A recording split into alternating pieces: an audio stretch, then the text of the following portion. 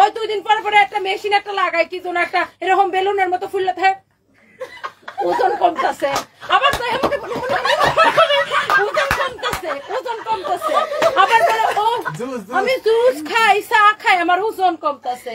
তাও তো দেখি ওজন তো আর কমে না, মোটা মোটা ডানারি বাইর করে এহেন্দা বাইর করে ওখানদা বাইর করে তো দাঁড়ায় থাকো। হ্যাঁ আমার মানে খেপাই না একদম মানে ওই কয়দিন জিমের মধ্যে কি করছে দেখছো না? আর চলে তো মানে জামাই হয়েছে এরম তবলা বাদকের বাদক যে বউ ঘুরে সারাদিন হিজড়া বেড়া গলইয়া। হ্যাঁ এমন তবলা বাদকের বাদক। এই আপনারা থার্ড ক্লাস চাকরের বাচ্চারা নিয়ে আমার কমেন্টটা করলেন কেন? ও তো আমার চাকর, ওর আমি টাকা দিয়ে কিনে আমার শোরুমে লাইভ করেছি। ওই চাকরের নাম শুনে আমার মেজাজ করে গেছে। ওরে দিয়ে আমার ভাইরাল হওয়া লাগবে যে রে কিরে তোরে 15,000 টাকা দিয়ে কিনে না লাইভ করেছিল, তোরে দিয়ে ভাইরাল হবে কেন? চাকরনির ঘরে চাকরনি। টনি আর বারিশা এই দুইজনের মধ্যে যে দ্বন্দ্বটা চলতেছে সেখানে কিন্তু যদি বলি দুজনে কিন্তু সেম পথের মাঝি। তারপরও সবাই টনিকে কেন সাপোর্ট করতেছে? এই টনিকে সাপোর্ট করার পিছনে 2022 সালে করোনার আগে কবির নামে একটা ছেলে গ্রামের, সেই বিষয়টার জন্যই সবাই টনিকে সাপোর্ট করতেছে, বারিশাকে কারো পছন্দ হয় না। কবিরের বিষয়টা কি যে কবির ওই সময় যে বারিশা যে ইয়াটা করতেছিল তাকে নিয়ে একটা ভিডিও বানাইছিল, যার কারণে বারিশা তার 3 ইঞ্চির যে রিমোটটা ওই রিমোট কন্ট্রোল দিয়ে তাকে জেলের ভাত খাওয়ায়। মানে তাকে জেলের 1 মাস তাকে জেলে পাঠায়। ছেলেটা অনেক কান্নাকাটি করার পরও ছেলেটার কথাটা শুনে নেই। ছেলেটা বলছে আর করবে না, এগুলো আর করবে না, এইসব আর করবে না। তারপরও তার এগুলো সে শুনে নেই, তারপরও তাকে জেলে পাঠাইছে। কারণ ওই তার কাছে 3 ইঞ্চি রিমোট কন্ট্রোলার ছিল, আপনি যেটা ভাবছেন ওইটাই। তো সে এটা কন্ট্রোল করতে হতো। এখন তো 3 ইঞ্চি রিমোট আর চলে না, কারণ 3 ইঞ্চি রিমোটের ব্যাটারি নষ্ট হয়ে গেছে। যার কারণে ওই ছেলেটা অসহায় বিদায় তাকে ওই সময় করতে পারছে। তো এখন টনির সাথে একটা তর্কাতর্কির মাধ্যমে টনি এটার প্রতিবাদ করতেছে বিদায় এখন সবাই টনির সাপোর্ট নিতেছে, যে বারিশা ওই করতেছে সেই করতেছে, কর্মচারীদের ইয়া দিতেছে না। তার মধ্যে তো এটা অর্ধলঙ্গ একটা নারী, এর ব্যাপার আর কি বলবো। মানে চলাফেরা যে স্টাইল, ওখানে গিয়ে বডি শেভিং করে, তার আবার 1 লাখ টাকার ঘড়ি না হলে তার চলে না। তার থেকে আবার এগুলো দেখায় দেখে পড়তে হবে, আমি প্যান্টটা পরতেছি পোশাক পরতেছি ওগুলো করতেছি, ওগুলো না দেখালে তার হয় না। তাকে নিয়ে সবাই কথা তুলতেছে। আসলে অন্যায়ের প্রতিবাদ করা দরকার। সবাই যদি চুপ থাকে অন্যায়ের প্রতিবাদ হবে না, অন্যায়ের প্রতিবাদ করা দরকার। এরা যেমন খুশি তেমন করে যেতেছে, কেউ যদি কিছু না বলে তাহলে কেমনে হয়? এখন তার তো আগে 3 ইঞ্চি রিমোট ছিল, বিচার তার পক্ষে ছিল। এখন 3 ইঞ্চি রিমোট নাই, ব্যাটারি নষ্ট হয়ে গেছে গা। এখন সে বিচার পাইতে যাচ্ছে, সংবাদ সম্মেলন খুলতেছে। সংবাদ সম্মেলনে এসে স্বামী স্ত্রী দুজন বসে গোল মিটিং, এখন বিচার চাইতেছে। সে নিজে খারাপ কিছু করে সে আবার বিচার চাইতেছে। দেশে তো ভালো মানুষের বিচারই নেই, তাহলে এদের বিচার কেমনে হইতেছে? মানে এরা কেমনে বিচার পাইতেছে আমি সেটাই বুঝি না। দেশে এত এত ভালো মানুষ এত এত অপকর্ম হইতেছে, তাদের বিচার হইতেই হয়ে যেতেছে। তার মধ্যে বিচার পাই যেতেছে কারা? এই অসৎ লোকেরা, যারা অপরাধ করবে, যারা সঠিকভাবে না চলে অসৎভাবে চলবে, তাদের বিচার হওয়া দরকার। কিন্তু যারা যদি ভালো হয়ে চলবে তাদেরই যদি বিচার হয় আর এসব যদি পার পেয়ে যায়, তাহলে তো আর কাজ হলো না। তাহলে তো এই স্বাধীনতার আর কোনো মূল্য নেই। স্বাধীনতাটাকে ঠিকভাবে পরিচালনা করেন। আর যারা অসৎভাবে কাজ করতেছে তাদের বিচার করুন, আর যারা সৎভাবে করতেছে তাদের সাপোর্ট করুন। ধন্যবাদ। সকল নারী জাতির কাছে আমার এই প্রশ্ন যে আমাকে যে হেয় করা হয়েছে এটার বিচার আমি চাই, এর বিচার আমি চাই। আমি আজকে শক্ত মনোভাবে আছি বলে, আমি এই ট্রমা কাটিয়ে উঠতে পারছি বলে আমার মতো আরেকটা মেয়ে পারবে এরকম না। কালকে আরেকজন চলে আসবে আরেকজনকে অপমান করতে, তখন সে পারবে? আর এখানে এটা কি বলতেছে দেখেন, যে সকল নারীর কাছে তার আবেদন যে এটার বিচার চাই, এটা বিচার চাই। আসল কথা বলতে গেলে সকল নারীর কথা বললে সেখানে এই তো নারীর কাতারে পড়তেছে না। মানে চলাফেরার সময় স্বাধীনতা, তারপরে অর্ধ উলঙ্গভাবে চলবে, যেমন ইচ্ছে তেমন চলবে। যখন তার উপরে কেউ আঙ্গুল তুলে, এবার সকল মহিলার আশা কথাবার্তা এখানে চলে আসবে, তখন তার বিচারের একটা আশা করবে। আগে তো করছিল, তখন যা মন চায় তা করছিল, কিন্তু এখন সব কিছু বদলাইতেছে, তাকেও বদলানো দরকার। সে যেমন করছে তেমন করে চলবে, আর তাকে নিয়ে প্রতিবাদ করা যাবে না। যখনই প্রতিবাদ করবে তখন বলবে নাকি আমাদের একটা স্বাধীনতা আছে, ওই আছে সেই আছে। তুমি যদি তোমার স্বাধীনতাভাবে সব কিছু করতে পারো, সবারও তো একটা স্বাধীনতা আছে তোমাকে নিয়ে সব বলার। তুমি করতে পারবে আর মানুষে বলতে পারবে না, এটা কেমন কথা? তুমি যেরকম করতে পারবে, তোমার ওই ভুলগুলা ধরিয়ে দেওয়ার ইয়েও আছে সবার কাছে। তুমি ভুল করে চলে বেড়াবে আর কেউ তোমার ভুল ধরিয়ে দিবে না, সেটা কেমন হয়? নিজে আগে শুধরাও, তারপর অন্যদেরকে কথা বলিও। নিজস্ব পোশাকের স্বাধীনতা আমার থাকতেই পারে। স্বাধীন বাংলাদেশে এতটাই স্বাধীনতা আমাদের থাকা উচিত যে আমরা কে কি পোশাক পরব সেটা নিয়ে অন্য কারো মন্তব্য অবশ্যই আমাদেরকে সইতে হবে না।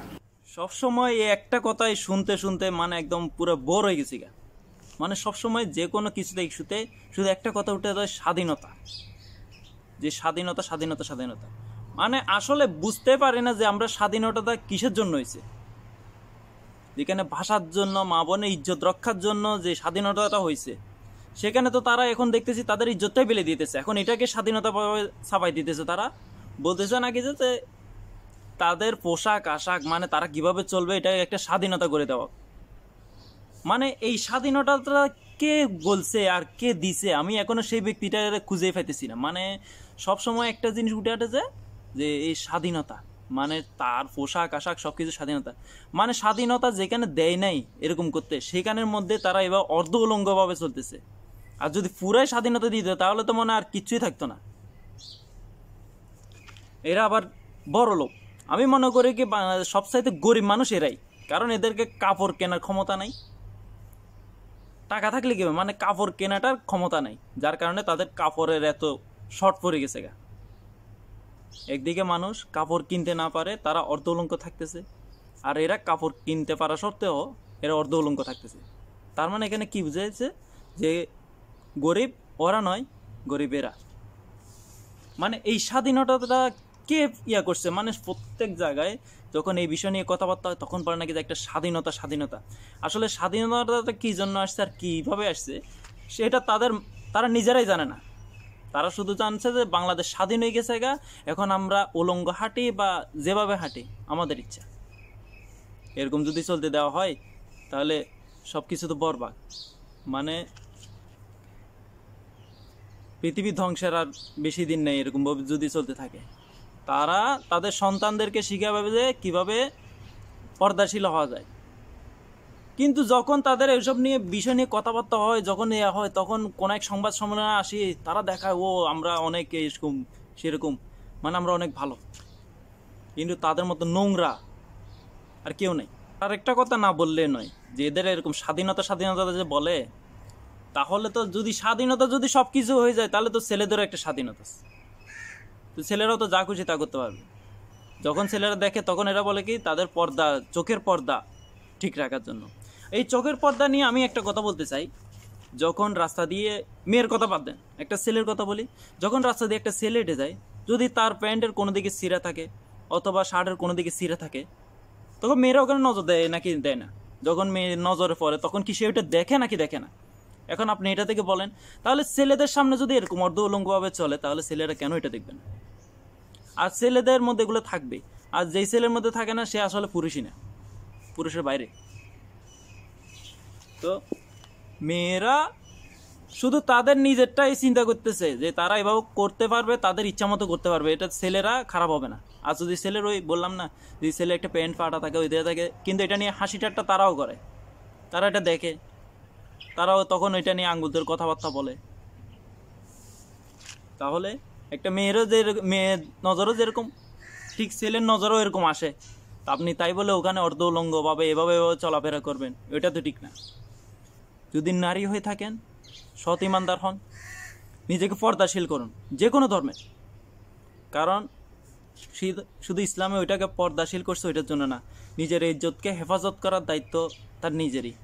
সে যদি নিজের ইজ্জতকে যদি নিজে হেফাজত করতে না পারে, আরেকজন এসে তার ইজ্জতকে কিভাবে হেফাজত করবে? ভালো থাকবেন সব। আপনি কি বাংলা সিনেমা দেখেন না? অপু বিশ্বাস তো হাফ প্যান্ট করে নাচানাচি করছিল, এটা কি কমিউনিটি স্ট্যান্ডার্ড না?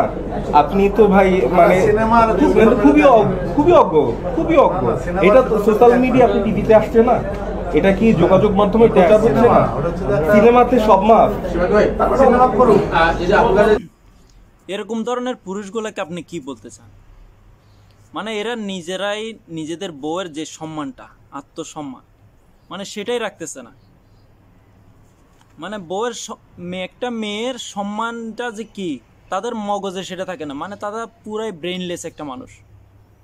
এদের মতো মানুষের কারণে আজকে সমাজের এইসব অবস্থা। যে তার বউয়ের ইজ্জত রক্ষা করতে পারে না, সেটা আবার কেমন পুরুষ?